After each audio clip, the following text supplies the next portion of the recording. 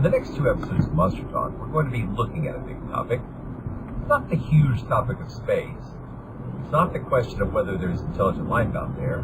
It's not even the question of whether we're being visited by aliens. All of those are interesting questions. But if you step back one layer, you can also look at the way that human beings are interacting with these questions. And if you follow that, from about 1940 to now, some very peculiar things are going on.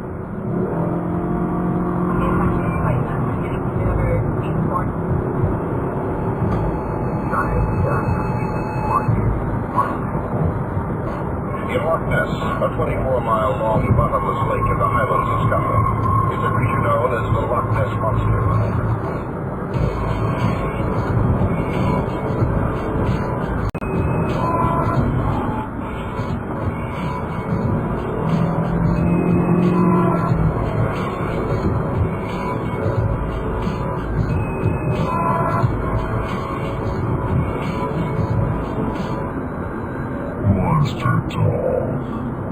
Welcome to Monster Talk, a science show about monsters. I'm Blake Smith. And I'm Karen Stolzman. As I said before the intro, there's been some really strange things going on lately in the world of UFO research and science. On the one hand, new methods of measuring and observing space expand our understanding of our place in a massively expanding universe. We know about many more planets, solar systems, galaxies now. On the other hand, researchers continue to see strange and things in our own sky right on Earth. While people look for explanations, others ask the question of whether these strange observations mean that we're experiencing advanced technology from other species, or perhaps from the future, or perhaps from some infernal dimension. Obviously, these are wildly divergent possibilities, a vague possibility, a vague and impressive reality and have a massive history of misunderstanding of what's perceived as space. And on the third hand, for all you call it on Martian out there, we've got exciting new mysteries about the ideas of dark matter, dark energy, and questions about the framework of physics itself. Science is a methodology of testing the questions and ideas that pushes toward the most correct and accurate models possible. But because it's being performed by humans, it's always going to be a rough walk. And it is a road, not a destination. Everything science creates is necessarily provisional, subservient to new evidence and facts. And the more science discovers about the nuances of the universe, the more difficult it becomes for laymen and amateur researchers to fully understand and keep up. Accumulating various analyses published are freely available. Expertise and understanding require tremendous labor and effort. It's like the easy thing in the world to sit outside that ecosystem and call it an ivory tower of academia or orthodoxy of science or closed-minded framework.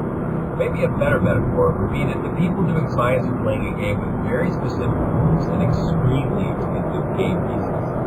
It's a game many of us would like to play, but if we make up our own rules, we're not really playing the same game, are we? We've talked before about the contentious relationship between the world of cryptozoology and academia. Ryan Riegel's book, Searching for Sasquatch, is an excellent resource for how the amateur scientists doing cryptozoology